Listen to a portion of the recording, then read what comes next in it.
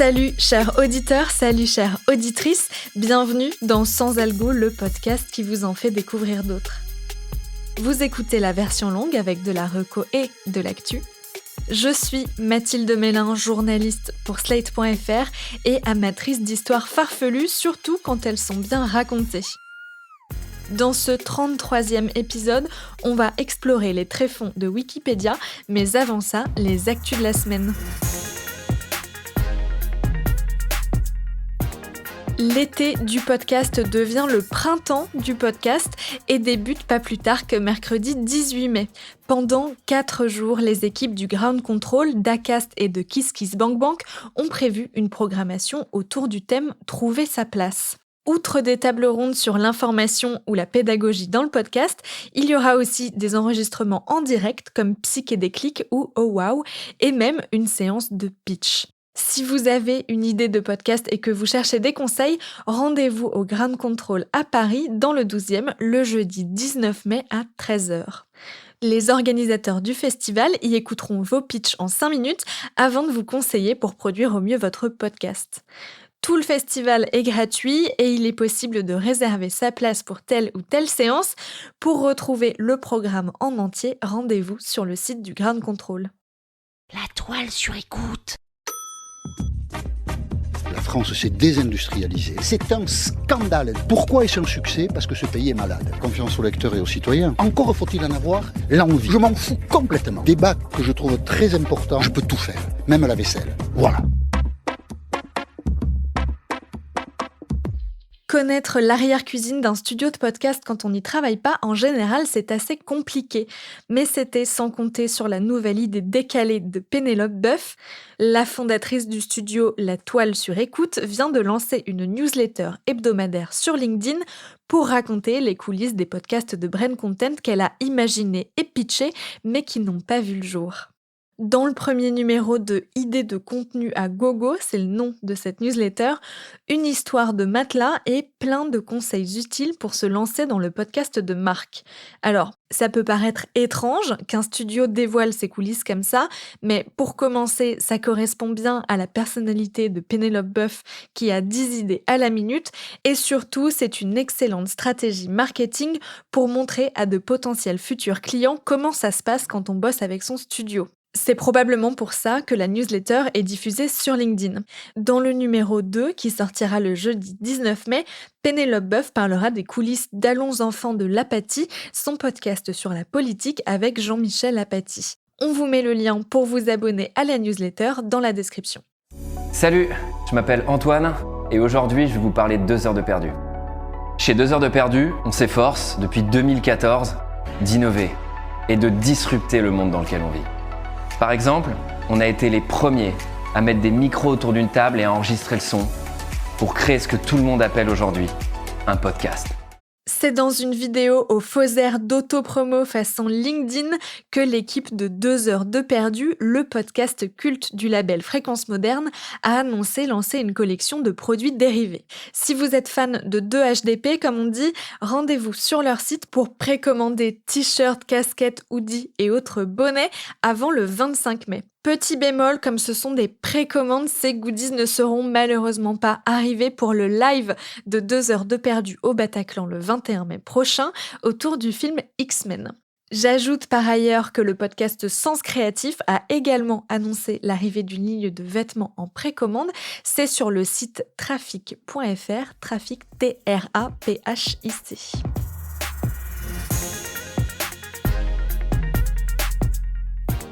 Si vous aimez le podcast Popol qui parle des femmes en politique, sortez la carte bleue pour aider Léa Chamboncel à développer son projet. La podcasteuse a en effet lancé une campagne de financement participatif pour donner un peu plus d'ampleur à Popol en le transformant en média qui porterait, je cite, un regard féministe sur la politique en dévirilisant le regard médiatique sur la question. Fin de citation.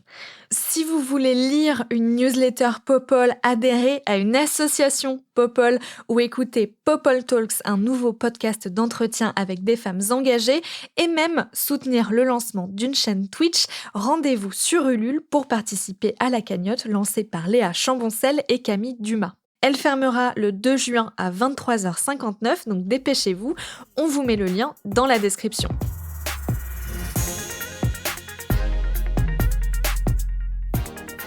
Quand je vais au cinéma, il m'arrive très souvent de choisir un film à cause d'un nom, parce qu'il y a un acteur ou une actrice que j'adore, ou encore mieux, parce qu'il y a quelqu'un de connu qui fait ses premiers pas à l'écran et que je suis curieuse de le découvrir. Dans le podcast, par contre, c'est plutôt l'inverse. Quand je vois arriver un podcast incarné par une star, par quelqu'un de connu en dehors du petit monde du podcast, je me méfie un peu. Parce que bien souvent, la présence de stars en tant qu'animateur et animatrice donne lieu à des contenus assez lisses qui ne sont pas du tout, mais alors pas du tout, ma came. Eh bien, figurez-vous que j'ai trouvé un podcast incarné par une personnalité connue qui m'a donné tort. En réalité, je l'ai déjà évoqué à ce micro dans l'épisode 15 de Sans Algo sur mes podcasts préférés de 2021. Il s'agit de Best Story Ever, incarné par Marina Rollman pour Konbini, Wikimedia et Deezer. Alors là, normalement, si vous êtes un ou une puriste du podcast, vous avez toutes vos alarmes qui s'allument, mais laissez-moi vous en dire plus avant de vous faire une idée. Le concept de Best Story Ever est simple. L'humoriste Marina Rollman raconte des histoires vraies trouvées sur Wikipédia en moins d'un quart d'heure. Évidemment, elle ne lit pas la fiche Wikipédia du boson de Higgs ou du règne de Louis XIV, non. Elle préfère des histoires moins connues et surtout plus farfelues qui, bien souvent, proviennent de plusieurs pages Wikipédia. Je garde un souvenir pour le moins ému de la première fois que j'ai écouté ce podcast. C'était un épisode de la saison 1 intitulé « Dominomus, un oiseau à abattre » et ça commençait comme ça. Deezer Originals. Il y a tout qui tombe, mais on filme et tout, c'est trop bien. Le seul, l'unique Domino Day. On va se battre jusqu'au bout. L'attention est palpable. T'as repris les rouges, Marc? It's a new world record. Cuit tout le monde. C'est la panique. Un moineau, jamais je ne le ferai. Should I push it? Faites-le pour la Hollande. On peut manger des saucisses, mais pas tuer des moineaux. Most Mordener. Dave, tu as du sang sur les mains. Deezer, Konbini, Wikipédia présente Best Story Ever. Les meilleures histoires sont sur Wikipédia. Bonjour, c'est Marina Rollman. L'autre jour, j'ai voulu regarder l'âge de Dave pour savoir si c'était ma grand-mère qui ressemblait à Dave ou Dave qui ressemblait à ma grand-mère. De là, j'ai vu non seulement qu'il s'appelait Wouter Otto Levenbach, mais aussi qu'il avait participé à Masked Singer déguisé en hibou samouraï. Je sais pas ce que c'est un hibou samouraï, mais bref, de lien bleu en lien bleu, je me suis retrouvée sur la page des oiseaux, puis des animaux célèbres, et puis j'ai découvert l'histoire de Dominomus, le moineau le plus malchanceux du monde. Ok, l'enchaînement entre le montage très rapide de petites phrases et l'explication du passage de page Wikipédia en page Wikipédia, ça m'a bien plu. J'ai tout de suite senti que les talents d'humoriste de Marina Rollman allaient se déployer dans ce podcast et j'ai bingé la première saison. Alors certes, les histoires sont toujours très chouettes, on apprend des choses, mais c'est pas tant pour les histoires que j'aime ce format. C'est d'abord pour l'écriture. Elle mélange du récit, des blagues, pas mal de références à la pop culture et surtout des personnages. Dans chaque épisode de Best Story Ever, Marina Rollman se glisse dans la peau de plusieurs personnages plus ou moins excentriques, comme dans cet épisode de la saison 2 où elle raconte une histoire de fermiers et d'émeux en Australie dans les années 30. La guerre est finie depuis longtemps et ça lopine dur chez les agriculteurs vétérans. La crise de 1929 a fait baisser le prix des récoltes, le climat est merdique, bref, c'est un peu la hesse chez les fermiers. Et dans ces terres reculées et désolées, un autre ennemi les guette. Mais c'est où? Je sais pas. Ah non, c'est par là. Non, je te dis. Non, bon. Ok. Bon, à 3, on y va. Ok. 1, 2, tu sais compter, toi? Bah oui. Ils sont 20 000, ils ont faim et ils n'en ont rien à foutre. 1, 2, 3. Chargez! Les émeux. De gigantesques troupeaux d'émeux qui foncent à toute allure sur les champs de blé et bouffent tout sur leur passage. Ils défoncent les clôtures, ils saccagent les récoltes, ils parlent mal à ta mère, bref, ils foutent un sbeul monstre. Encerclez le blé et mangez tout le blé! Un émeu, qu'est-ce que c'est? Eh bien, c'est un peu un cousin schlag de l'autruche, ça veut dire qu'il ressemble un peu à une autruche, avec des plumes grises et noires, mais il n'est pas aussi populaire. Un émeu, c'est une espèce d'autruche en lendemain de cuite. Regardez une photo quand même, c'est intéressant. De dos, on dirait des parasols de plage en raffia, et de face, on dirait un marsupial sous cristal meth. Qui on est? Les émeux! Qu'est-ce qu'on veut? Du blé? Du blé? Les émeux sont nomades, et juste après leur période de reproduction, ils aiment bien voyager en bande. Comme ils ne peuvent pas voler et qu'ils ont peur à moto, ils se déplacent à pied. Donc ça fait 2-3 000 émeux qui débarquent dans ton jardin au calme, voilà, comme ça. Les fermiers, ils sont plus que saoulés par ces invasions. Mais barrez-vous, les émeux! Qu'est-ce que tu vas faire? Mais ils sont complètement impuissants. Tous les épisodes sont comme ça, ils alternent des séquences que je qualifierais de narratives, où Marina Rollman explique à l'aide de quelques vannes, c'est vrai, des choses vraies, et des séquences fictionnelles où elle incarne les personnages de l'histoire. Je sais pas si vous vous rendez compte, mais en termes d'écriture et de strates sonores, c'est quand même un sacré boulot. Tout fonctionne hyper bien grâce au montage qui est très très rythmé façon Combini et c'est bien naturel puisque le podcast est produit par Combini. C'est peu commun dans le podcast des formats aussi denses au niveau sonore parce que ça demande beaucoup de boulot d'écriture et de montage. À part celui-ci et Dépêche d'Arte Radio, moi perso j'en connais pas beaucoup. Bref, Best Story Ever est un vrai podcast dans le sens où il est écrit pour le son, en exploite toutes les possibilités et ne pourrait pas exister sous une autre forme que celle-ci. L'un des autres gros points forts de ce podcast, c'est la musique. Elle rythme le récit et Marina Rollman pousse même un peu la chansonnette. Dans la saison 3, qui vient juste de sortir, l'un des 5 épisodes est même carrément une comédie musicale. Une fois encore, c'est une histoire d'animaux, des cochons évadés d'un abattoir qui ont fait la une de l'actualité en Angleterre à la fin des années 90. Les 2 jeunes porcs appartiennent à Arnaldo Di Giulio, un entrepreneur du coin. Lui, grand amateur de bacon, il sait très bien ce que réserve le destin à ces 2 cochons. Moi, je m'appelle Arnaldo et je suis le méchant. Oh non! Est-ce que j'aime mes cochons? Oui, je les aime bien. Je les aimerais bien plus. Tartinés sur du beurre. Sérieux? Direction l'abattoir pour faire du boudin noir. Non. Jeudi 8 janvier donc, Arnaldo met les cochons dans sa camionnette, direction l'abattoir, à quelques kilomètres de là. Panique chez nos 2 héros. Frangin, j'ai peur de finir transformé en saucisse. C'est pourtant notre destin, Sorette. C'est ainsi, de père en fils. Mais moi je veux voir le monde. Les aspirateurs et la Joconde. Alors, on va s'évader, Sorette. Autant vous le dire, jusqu'ici, mon épisode préféré était celui des émeux de la saison 2, mais il vient d'être détrôné par la comédie musicale porcine et de loin.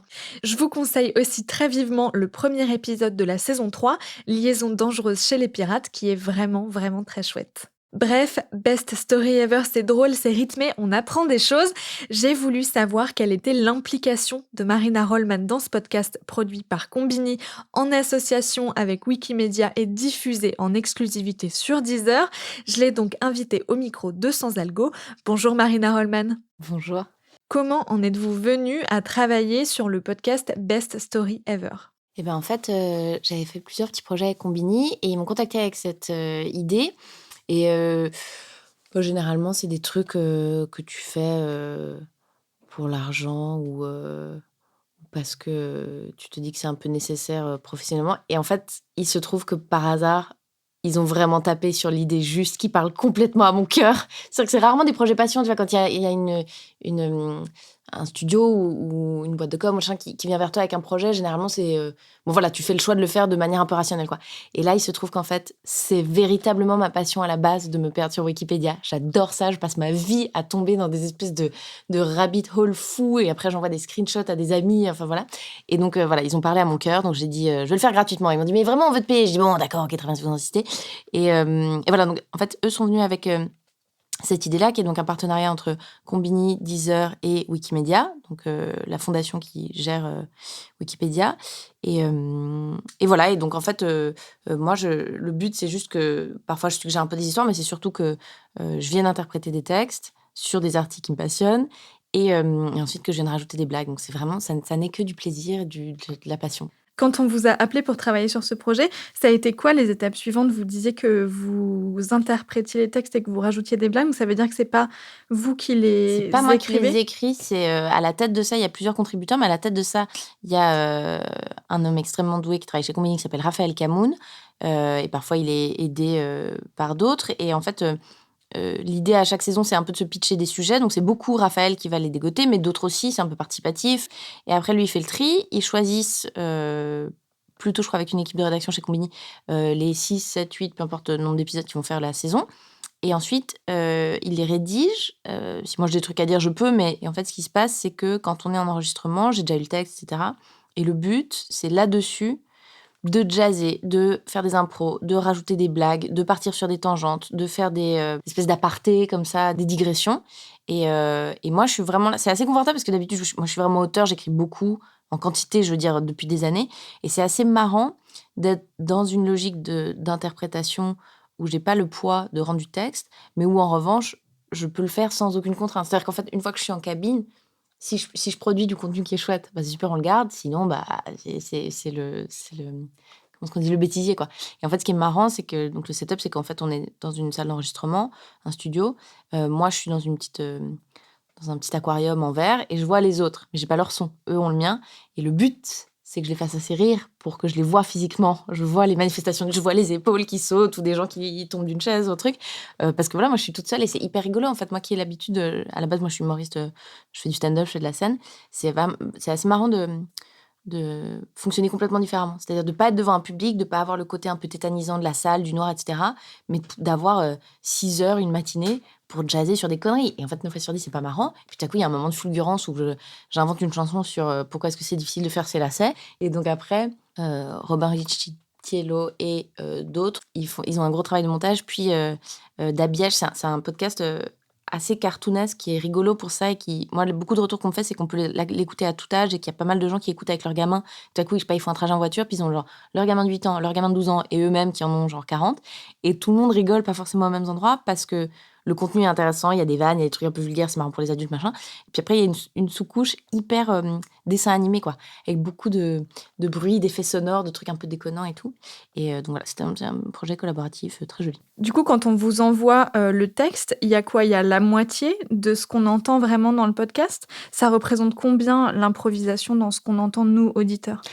Alors là, j'aurais un peu du mal à le déterminer comme ça. En revanche, le texte, c'est vraiment tout le squelette didactique et d'information. C'est la structure du podcast, c'est cette histoire qu'on raconte de A à Z. Donc ça, Raphaël, il doit bien le structurer, raconter une histoire en entier, etc. Là-dedans, il ajoute déjà des blagues, ça c'est super. Et après, je dirais en moyenne, peut-être 15% de déconnes, de petits méta-commentaires sur le bidule, d'impro de voix débile, de petits trucs comme ça. Mais oui, je dirais qu'en moyenne, c'est 15%. Je pense qu'il y a des épisodes où, en fait, j'ai fait beaucoup plus parce qu'on a méga déconné. Et puis, il y en a d'autres où, en fait, le texte était très bien. Puis parfois, comme il y a beaucoup d'informations quand même à faire passer, le but, c'est quand même qu'on ait réussi à tirer un fil et une histoire de A à Z. Donc, parfois, tu peux pas rajouter des fioritures si l'histoire est déjà un peu complexe en elle-même. Il y a beaucoup de noms propres et de dates, etc. Faut quand même se tenir un peu aux textes qui sont produits. Et une des méthodes que vous avez pour nous faire suivre l'histoire, c'est d'incarner des personnages qu'on retrouve à différents moments de l'histoire. Comment on trouve le ton juste pour un émeu, des cochons et des femmes pirates? Mais à nouveau, ça c'est hyper bien rigolo parce qu'en fait on les fait sur le moment. Et donc moi je suis dans cette cabine et je lui dis genre bon alors là c'est une taupe. Est-ce que ce serait ça la voix d'une taupe? Ou est-ce que ce serait ça la voix d'une taupe? Ou est-ce que ce serait ça la voix d'une taupe? Et au bout d'un moment il me dit genre ah celle-là elle est bien. Et puis après je jazz un peu là-dessus. Moi j'adore faire des petites voix, des accents, des trucs débiles. Et donc voilà, donc j'invente un peu des petites conneries. Et quand je vois que ça les fait marrer, on dit ok alors là pour le coup la taupe elle va avoir cette voix dans cet épisode. Et après, comme les enregistrements ils prennent longtemps, déjà c'est des grosses sessions, mais après on y revient parfois quelques semaines, quelques mois plus tard pour aller faire des petits bouts de retake. Je leur demande de me faire réécouter le personnage que j'ai fait parce que je retiens pas forcément la voix de l'adjudant-chef australien que je fais il y a 3 mois, je sais plus exactement qui c'est, donc je me fais réécouter et je dis ah oui c'est comme ça alors ok d'accord, je la refais comme ça. Mais c'est vraiment de l'expérimentation. Et puis quand ça les fait rigoler, ben c'est bon signe. Et est-ce qu'il y a des personnages que vous avez préférés incarner à d'autres? J'aime bien, en fait en général faire parler les animaux c'est quand même toujours rigolo. Les trucs d'accent, ça me fait toujours marrer. Mais tous les personnages, c'est rigolo. Et en fait, ce qui est hyper marrant, c'est quand t'en fais plein dans le même épisode et que tu dois les faire dialoguer et que tu fais des dialogues un peu fous, tu dois te diviser en 6 personnages et tout, c'est hyper chouette. Et quand c'est ce cas-là, par exemple, est-ce que vous faites tous les dialogues d'un personnage puis tous les dialogues de l'autre ou est-ce que vraiment vous faites un exercice schizophrénique où vous passez de l'un à l'autre? Ça dépend. Il y en a où on n'arrive pas à bien monter le bidule et en fait, c'est plus simple de faire voix par voix ou enfin piste par piste. Et il y a des moments où moi, je trouve ça assez drôle d'être dans un exercice qui, pour le coup, rejoint presque un exercice de scène où en fait, c'est comme si j'avais 2 profils et quand je me tourne là, je parle comme ça et quand je me tourne là, je parle comme ça et pour que ça se marche un peu dessus et que ce soit plus rapide. Et donc, ça dépend. C'est vraiment on invente un peu en faisant, selon, si c'est très rapide, si ça se marche dessus ou pas, si voilà. Vous êtes, comédienne, mais d'habitude, vous travaillez sur vos propres textes, que ce soit à la radio ou sur scène, il me semble? C'est ça, moi, en fait, du coup, je suis pas vraiment comédienne, en fait, ouais, c'est ça. Je suis Et humoriste, mais en fait, j'ai pas fait d'école de théâtre, je joue très peu pour les autres, c'est pas un truc que j'aime trop faire, parce que c'est un métier super dur et hyper intéressant, mais que j'ai pas vraiment appris à faire et donc j'ai du mal quand on me dirige et qu'on me donne un texte que j'ai pas fait, à aller chercher les bons endroits, sur commande. et donc là, comment vous faites avec le texte de Raphaël Kemoun, et consorts? Bah là, c'est quand même vachement plus collaboratif. C'est-à-dire qu'on est tous ensemble à essayer de créer un truc. C'est pas qu'il y a un réal fou qui me dit non, mais je la voyais pas du tout comme ça, cette infirmière. Là, nous, on a beaucoup le temps de se planter et c'est quand même un truc dont on accouche tous ensemble. Donc en fait, moi, quand je m'auto-dirige, que je sois sur scène ou avec ce podcast et tout, c'est aisé parce qu'en plus, c'est pas vraiment de l'acting. C'est par fulgurance, c'est des petits moments de jeu, de faire une blague, faire une voix, etc. Mais c'est pas la même chose que d'avoir 6 semaines de tournage où tu joues un brancardier pendant la Deuxième Guerre mondiale en Pologne, tu vois, où là, il faut aller construire un truc, faut taper très juste. Donc, ce travail-là, où on co-crée et on fait rigoler les gens, ça va. C'est différent, par exemple, que si on faisait une fiction sonore, où là, pour le coup, il faudrait vraiment être comédienne et dire, OK, t'as construit ce personnage, faut que tu puisses le tenir pendant X jours, etc. Ça, pour moi, ce serait un peu plus compliqué. Une fois que les épisodes de Best Story Ever sont enregistrés, est-ce que vous avez votre mot à dire avant diffusion? Est-ce qu'on vous les fait écouter après montage? Je trouve un peu dur de s'encaisser soi-même pendant des heures, que ce soit audio ou vidéo. Et donc, non, je fais confiance absolument. Et je trouve ça cool, en fait, d'être dans un truc de lâcher prise parce que en faisant de la scène, en faisant du stand-up, je suis quand même dans un exercice très solitaire et assez où on peut vraiment être dans le contrôle parce qu'on est seul, maître à bord, etc. Et je trouve marrant quand on est dans un exercice un peu plus collaboratif de se dire que les gens s'apportent des choses si on ne se surveille pas parmi tout le temps. Et comme c'est pas un truc pyramidal, enfin, c'est pas mon podcast, pas mon histoire et tout, je trouve ça assez joyeux quoi, d'être dans un truc d'équipe plutôt que de vouloir avoir la main mise sur le processus de A à Z. Dans les 2 premières saisons, dans plein d'épisodes, vous poussiez un peu la chansonnette, parfois un peu timidement et là, vous avez poussé le curseur à fond puisque vous avez fait un épisode en comédie musicale Là, on est à fond. sur des cochons qui s'échappent d'un évidemment. abattoir. Comment vous vous êtes dit: «Tiens, cette histoire-là, je vais la chanter» et surtout, comment vous avez passé le pas de chanter des parties de cette histoire? Ah là là, moi, Broadway. Alors, ils sont arrivés avec l'idée, parce qu'en fait, moi, depuis toujours, j'ai un problème avec les jingles, mais ça, même dans le privé, je fais des jingles tout le temps dans la vie pour rien, tu vois, les petits chiens qui sont pas mis sur le trottoir. Donc, à la base, ils ont capté assez tôt, alors que c'était pas vraiment dans leur ADN sur les premières saisons, que j'aimais bien chanter dès que j'ai envie de dire des conneries. Ok.